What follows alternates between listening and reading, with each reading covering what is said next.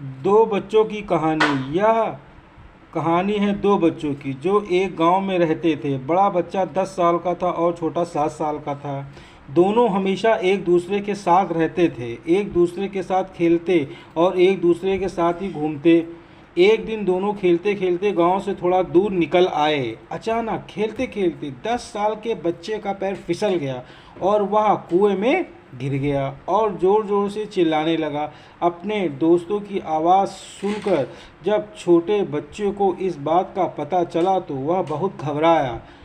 उसने अपने आसपास देखा, मदद के लिए चिल्लाया, लेकिन वहाँ आसपास कोई नहीं था जो उसकी मदद कर सकता था। अचानक उसकी नज़र पास ही पड़ी एक बाल्टी पर पड़ी जिस पर एक रस्सी बंधी थी। उसने बिना कुछ सोचे समझे वह रस्सी कुएं में फेंकी और अपने दोस्तों को उस रस्सी को पकड़ने के लिए बोला।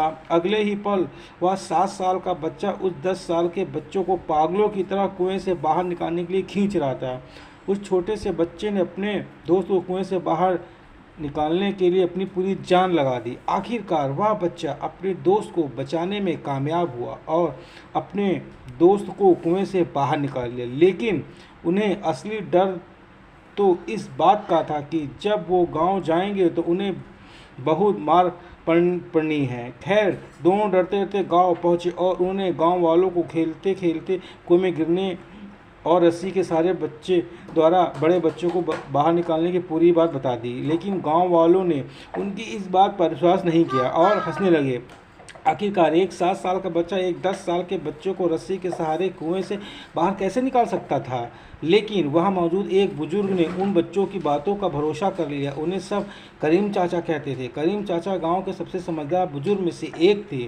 गांव वालों को जब करीम चाचा के बच्चों की बात पर विश्वास करने की बात पता चली तो सब इकट्ठे होकर करीम चाचा के पास पहुंचे और बोले, चाचा, हमें तो बच्चों की इस बात पर यकीन नहीं हो रहा है। आप ही बता दो कि ऐसा कैसे हो सकता है। गांव वालों की इस बात को सुनकर करीम चाचा बोले, बच्चे बता तो रहे हैं उन्होंने यह कैसे किया। बच्चे ने कुएं में रस्सी फेंकी और दूसरे बच्चे को ऊपर खींच लिया।